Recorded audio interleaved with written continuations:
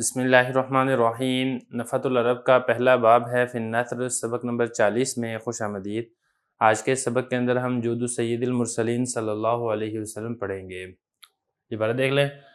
روا حماد بن زید عن المعل بن زیاد عن الحسن ان رجلا جاء الى النبی صلی اللہ علیہ وسلم یسألہ فقال اجلس یرزقک اللہ ثم جاء آخر ثم آخر فقال لهم اجلسوا فجاء رجل بأربع أواقي فأعطاه إياها وقال يا رسول الله هذه صدقة فدعا الأول فأعطاه أوقية ثم دعا الثاني فأعطاه أوقية ثم دعا الثالث فأعطاه أوقية وبقيت معه أوقية فعرض بها للقوم فما قام أحد فلما كان الليل وضعها تحت رأسه وفراشه عباؤه فجعل لا يأخذه النوم فيرجع فيصلي فقالت له عائشة يا رسول الله أحل بك شيء قال لا قالت فجاءك امر من الله قال لا قالت انك صنعت منذ الليلة شيئا لم تكن تفعله فاخرجها وقال هذه التي فعلت بي ما ترين اني خشيت ان يحدث امر من الله ولم امنعها۔ ترجمہ دیکھ لیں۔ روایت کی ہے حماد بن زید نے معلہ بن زیاد سے، انہوں نے حسن سے کہ ایک شخص نبی کریم صلی اللہ علیہ وسلم کے پاس آیا اور ان سے سوال کر رہا تھا۔ آپ صلی اللہ علیہ وسلم نے ارشاد فرمایا بیٹھ جاؤ، ان قریب اللہ تمہیں رزق دے گا۔ پھر دوسرا آیا، پھر دوسرا آیا۔ آپ صلی اللہ علیہ وسلم نے ان سے بھی فرمایا کہ تم بیٹھ جاؤ۔ ایک شخص 4 اوقیے لے کر آیا، آپ صلی اللہ علیہ وسلم کو وہ 4 اوقیے دیے اور عرض کیا یا رسول اللہ یہ صدقہ ہے۔ آپ صلی اللہ علیہ وسلم نے پہلے شخص کو بلایا اور اس کو 1 اوقیہ دیا، پھر دوسرے شخص کو بلایا اس کو دوسرا اوقیہ دیا، پھر تیسرے شخص کو بلایا اس کو پھر تیسرا اوقیہ دیا۔ آپ صلی اللہ علیہ وسلم کے پاس 1 اوقیہ باقی بچ گیا۔ آپ صلی اللہ علیہ وسلم نے اس کو قوم کے سامنے پیش کیا، کوئی ایک بھی کھڑا نہیں ہوا۔ جب رات ہو گئی تو آپ صلی اللہ علیہ وسلم نے اس اوقیے کو اپنے سر کے نیچے رکھا اور آپ صلی اللہ علیہ وسلم کا بستر آپ کی کملی تھی۔ ایسا ہو گیا کہ آپ صلی اللہ علیہ وسلم کو نیند نہیں آتی تھی۔ آپ صلی اللہ علیہ وسلم بستر سے لوٹے اور نماز پڑھنے لگے۔ آپ صلی اللہ علیہ وسلم کو حضرت عائشہ رضی اللہ عنہا نے عرض کیا یا رسول اللہ کیا آپ پر کوئی مصیبت آ گئی ہے؟ آپ صلی اللہ علیہ وسلم نے فرمایا نہیں۔ حضرت عائشہ رضی اللہ عنہا نے عرض کیا کہ اللہ کی جانب سے کوئی حکم آ گیا ہے؟ آپ صلی اللہ علیہ وسلم نے فرمایا نہیں۔ حضرت عائشہ رضی اللہ عنہا نے عرض کیا کہ آپ رات سے ایسا کام کر رہے تھے کہ آپ اس سے پہلے کبھی نہیں کرتے تھے۔ آپ صلی اللہ علیہ وسلم نے اس اوقیے کو نکالا اور کہا یہ ہے وہ جس نے میرے ساتھ کیا ہے وہ جو تم دیکھتی ہو۔ مجھے یہ ڈر ہے کہ اللہ کی جانب سے کوئی حکم آ جائے اور میں اس کو ہبہ نہ کر سکوں۔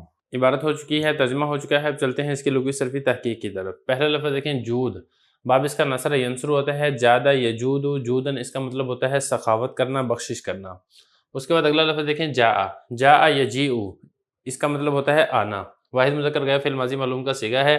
سأل یسأل سوالا، سوال کرنا۔ جلس یجلس جلوس، اس کا مطلب بیٹھنا، امر کا صیغہ ہے واحد مذکر کا۔ رزق یرزق، اس کا مطلب ہوتا ہے رزق دینا، واحد مذکر غیر فعل مضارع معلوم کا صیغہ ہے۔ اجلسو، یہ وہی امر کا ہی صیغہ ہے، بس وہ واحد مذکر کا تھا، یہ جمع مذکر کا صیغہ ہے۔ جاء یہ پہلے آ چکا ہے، اس کا مطلب ہوتا ہے آنا۔ اواقی، یہ اوقیہ کی جمع ہے، یہ ایک وزن ہے جو 7 مسقال کے برابر ہوتا ہے، پرانے زمانے کے اندر یہ رائج تھا۔ آتا یوتی اعطا، اس کا مطلب ہوتا ہے دینا، واحد مذکر غیر فعل ماضی معلوم کا صیغہ ہے۔ اوقیہ میں آپ کو بتا چکا ہوں، اواقی جمع ہے، اوقیہ اس کا واحد ہے۔ آگے دیکھیں باقی یبقا، اس کا مطلب ہوتا ہے باقی رہنا۔ عرض یعرض، اس کا مطلب ہوتا ہے پیش کرنا۔ قام یقوم، اس کا معنی ہوتا ہے کھڑا ہونا، واحد مذکر غیر فعل ماضی معلوم کا صیغہ ہے۔ وضع یضع، اس کا مطلب ہوتا ہے رکھنا، واحد مذکر غیر فعل ماضی معلوم کا صیغہ ہے۔ فراش، بستر کو کہا جاتا ہے، اس کی جمع آتی ہے فروش۔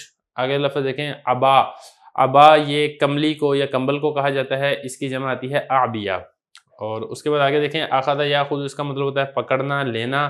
رجع یرجع، اس کا مطلب ہوتا ہے لوٹنا۔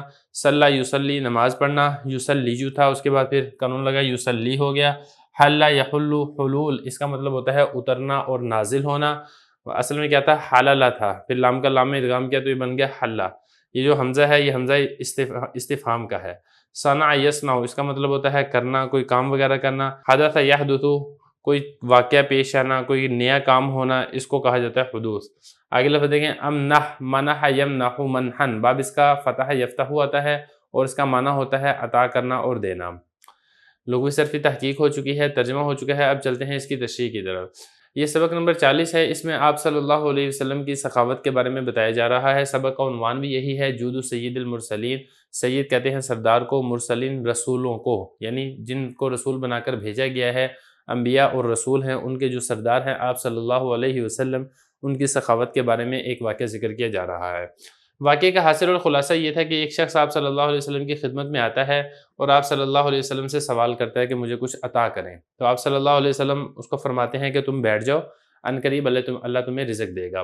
پھر ایک اور شخص آتا ہے، وہ بھی آپ صلی اللہ علیہ وسلم سے ایسے ہی سوال کرتا ہے، پھر ایک اور شخص آتا ہے، وہ بھی آپ صلی اللہ علیہ وسلم سے ایسے ہی سوال کرتا ہے، آپ صلی اللہ علیہ وسلم ان سب سے فرماتے ہیں کہ بیٹھ جاؤ۔ پھر ایک شخص 4 اوقیے لے کر آتا ہے، میں نے آپ کو بتا دیا ہے یہ اواقی اوقیے کی جمع ہے، یہ پرانے زمانے کے اندر ایک وزن ہوتا ہے 7 مسکال کے برابر، تو یہ آپ صلی اللہ علیہ وسلم کی خدمت میں پیش کرتا ہے۔ آتا ہو یہاں، یہ جو ہے نا آتا، اس کا جو فاعل ہے نا یہ رجل ہے، یعنی وہ جو شخص ہے وہ آپ صلی اللہ علیہ وسلم، یہ جو ہو ضمیر ہے یہ لوٹ رہی ہے نبی کریم صلی اللہ علیہ وسلم کی طرف، وہ جو شخص ہے وہ آپ صلی اللہ علیہ وسلم کو اجاہہ وہ دیتا ہے، یہ جو اجاہہ ضمیر ہے یہ لوٹ رہی ہے اس 4 اواقی کی طرف، اور عرض کرتا ہے یا رسول اللہ یہ صدقہ ہے، مطلب یہ صدقہ ہے، آپ اس کو صدقے کے مصارف کے اندر استعمال کر لیں۔ تو آپ صلی اللہ علیہ وسلم پہلے شخص کو بلاتے ہیں، یہ جو دعا ہے اس کا جو فاعل ہے ہوا ضمیر یہ لوٹ رہی ہے نبی کریم صلی اللہ علیہ وسلم کی طرف، اور فآتاہ، اور آپ صلی اللہ علیہ وسلم اس کو اوکے دیتے ہیں۔ آتا میں ہوا ضمیر فاعل ہے جو نبی کریم صلی اللہ علیہ وسلم کی طرف لوٹ رہی ہے، اور یہ جو ہو ضمیر ہے یہ لوٹ رہی ہے الاول کی طرف۔ ثم دعا ثانی، پھر آپ صلی اللہ علیہ وسلم دوسرے کو بلاتے ہیں، یہاں پر بھی ہوا ضمیر نبی کریم صلی اللہ علیہ وسلم کی طرف لوٹ رہی ہے۔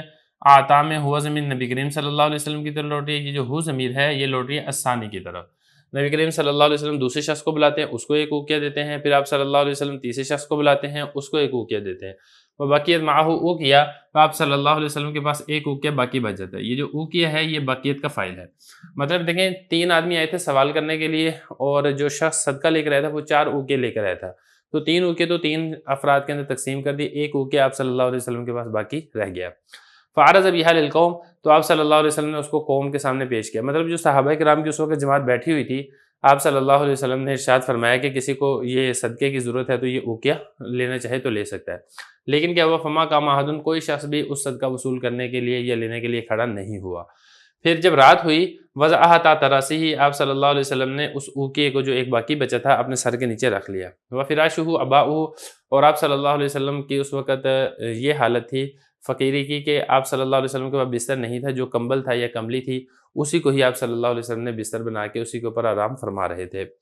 فجعل لا یاخذہ نوم، لیکن ہوا یہ کہ آپ صلی اللہ علیہ وسلم کو نیند نہ آئی، تو پھر کیا ہوا، پھر آپ صلی اللہ علیہ وسلم بستر سے لوٹے ہیں اور نماز پڑھنا شروع کر دی۔ حضرت عائشہ رضی اللہ عنہا نے پوچھا کہ یا رسول اللہ احل بک شیء، کیا کوئی مصیبت نازل ہوئی ہے؟ آپ صلی اللہ علیہ وسلم فرمایا نہیں، مطلب کوئی پریشانی ہے، کیا وجہ ہے جو آپ سو نہیں رہے ہیں؟ تو پھر انہوں نے سوچا کہ شاید ممکن ہے کہ اللہ کی جانب سے کوئی حکم آ گیا ہو، کوئی وحی آ گئی ہو، تو انہوں نے بھی یہ والا سوال کیا، انہوں نے کہا فجاءک امر من اللہ، کہ اللہ کی جانب سے کوئی معاملہ پیش آ گیا، کوئی حکم نازل ہو گیا؟ تو آپ صلی اللہ علیہ وسلم نے فرمایا نہیں۔ تو حضرت عائشہ رضی اللہ عنہا نے فرمایا کہ آپ رات سے آپ کی طرف سے مجھے کچھ ایسا دیکھنے کو مل رہا ہے جو آپ نے اس سے پہلے کبھی نہیں کیا، مطلب ایسے نہیں ہوتا تھا کہ آپ صلی اللہ علیہ وسلم سونے کے لیے لیٹے ہوں پھر آپ صلی اللہ علیہ وسلم کو نیند نہ آئے اور آپ اٹھ کے نماز پڑھنا شروع کریں، ایسی بے چینی میں نے پہلے نہیں دیکھی۔ تو پھر یہ انہوں نے پوچھا کہ آپ رات سے کچھ اس طرح کے افعال کر رہے ہیں کہ آپ اس سے پہلے نہیں کیا کرتے تھے۔ آپ صلی اللہ علیہ وسلم نے وہ جو اوقیہ تھا اس کو نکالا، وہ جو تکیے کے نیچے رکھا ہوا تھا، اور فرمایا یہ ہے وہ جس نے میرے ساتھ وہ کیا جو تم دیکھ رہی ہو، مطلب یہ جو بے چینی ہے اس بے چینی کی وجہ یہ ایک اوقیہ ہے، مجھے یہ ڈر ہے کہ اللہ کی جانب سے کوئی حکم آ جائے اور یہ میرے پاس ابھی تک ایسے ہی موجود ہو، میں نے اس کو ہبہ نہ کیا ہو، میں نے اس کو صدقہ نہ دیا ہو۔ تو دیکھیں آپ صلی اللہ علیہ وسلم کی سخاوت اتنی زیادہ تھی کہ ایک اوقیہ بھی اپنے پاس رکھنا گوارہ نہیں کیا، اور بے چینی ہوتی رہی کہ کیسے میں جلد از جلد اس کو اللہ کے راستے کے اندر دے دوں۔ اللہ تعالیٰ سے شرم آ رہی تھی کہ اللہ تعالیٰ کی جانب سے وحی آ جائے، کوئی حکم آ جائے اور میرے پاس جو ایک اوقیہ باقی بچا ہوا ہے میں اس کو ابھی تک صدقہ یا ہبہ نہ کر سکوں۔